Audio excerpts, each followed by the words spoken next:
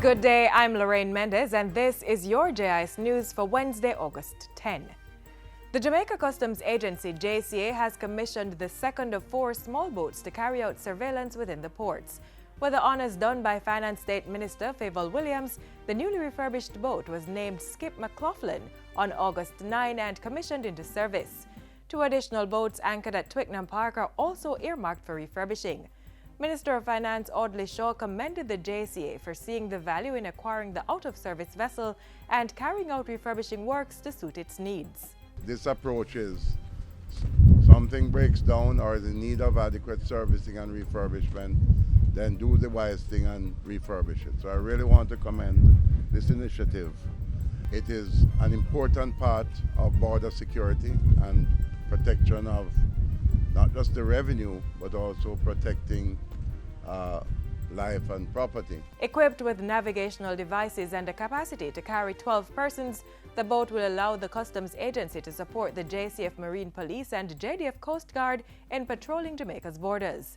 Minister Shaw says government is also exploring the acquisition of additional maritime, sea and aircraft within the next few months for the Jamaica Defence Force's deep-sea border protection activities. We're actually working on between 2 and 3 additional sea vessels for the JDF, and equally we are working on getting aircrafts, more than one, to be able to adequately patrol our borders. In the meantime, Commissioner of Customs Major Richard Rees says the JCA has surpassed its revenue target for the first 4 months of the current fiscal year. The agency's net revenue target for April to July was $58.92 billion, but it has so far earned just over $59 billion. We exceeded the year-to-date target by 1% or $0.447 billion. Compared to financial year 15-16, we would have brought in $52.99 billion, which would represent a change of $6.376 billion or 10.7% over last year. Major Rees made the comments in a press briefing following the commissioning ceremony for the JCA's latest patrol vessel and a tour of Customs House by the Finance Minister.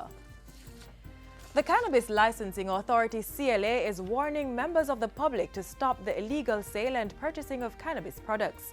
The CLA released the statement in response to reports of a proliferation of cannabis, cannabis-infused and cannabis-derived products of both local and overseas origin being made available and/or sold throughout Jamaica. The authority says any such sale is both illegal and unregulated, as it has not granted licenses, permits or approvals to any individual, company or cooperative. The CLA says it only began accepting applications in June 2016 and the estimated processing time for each application is 5 months. In the meantime, the legal and permitted use of Ganja religiously and as a sacrament is exclusive to the Rastafarian faith and is administered by the Ministry of Justice.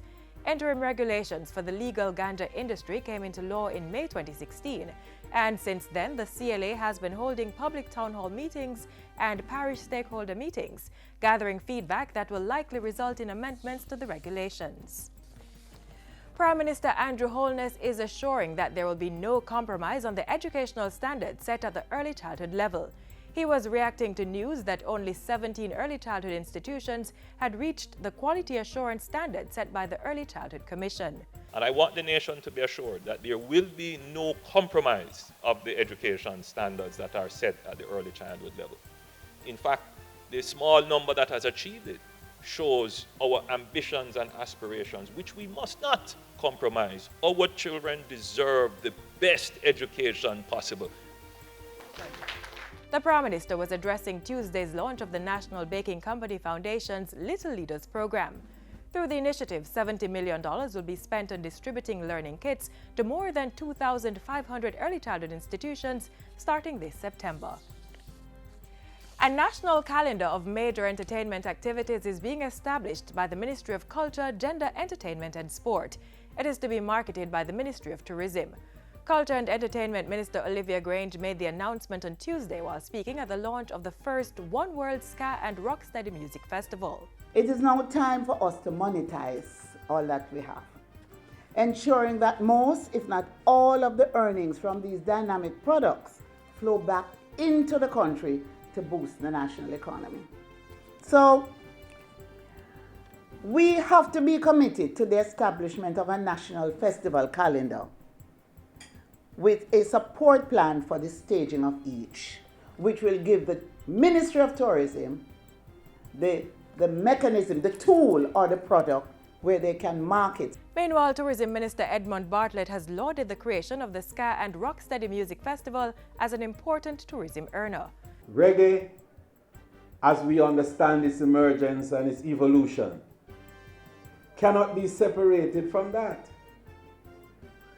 And Ska and Rocksteady represents the cradle of that process. And so, to identify with a music festival that celebrates that beginning and accentuates the role that that particular period has played in the development of our civilization as we know it today is very, very critical to us in tourism. The festival was conceptualized by Chairman of Sounds and Pressure Limited, Julian Jingles Reynolds. And finally, Sport Minister Olivia Grange is urging Jamaicans to continue showing their support for swimmer Alia Atkinson, who competed in the 100-meter breaststroke at the Olympic Games on Monday. Alia finished 8th in the breaststroke final, which was won by the American Lily King in a new Olympic record time of 1 minute 4.93 seconds. Minister Grange says Alia represented the island well and the nation can be proud of her. The sport minister is also encouraging everyone to continue to support the entire Jamaican Olympic team in Rio. And that's it for JIS News Today. I'm Lorraine Mendez. Thanks for watching.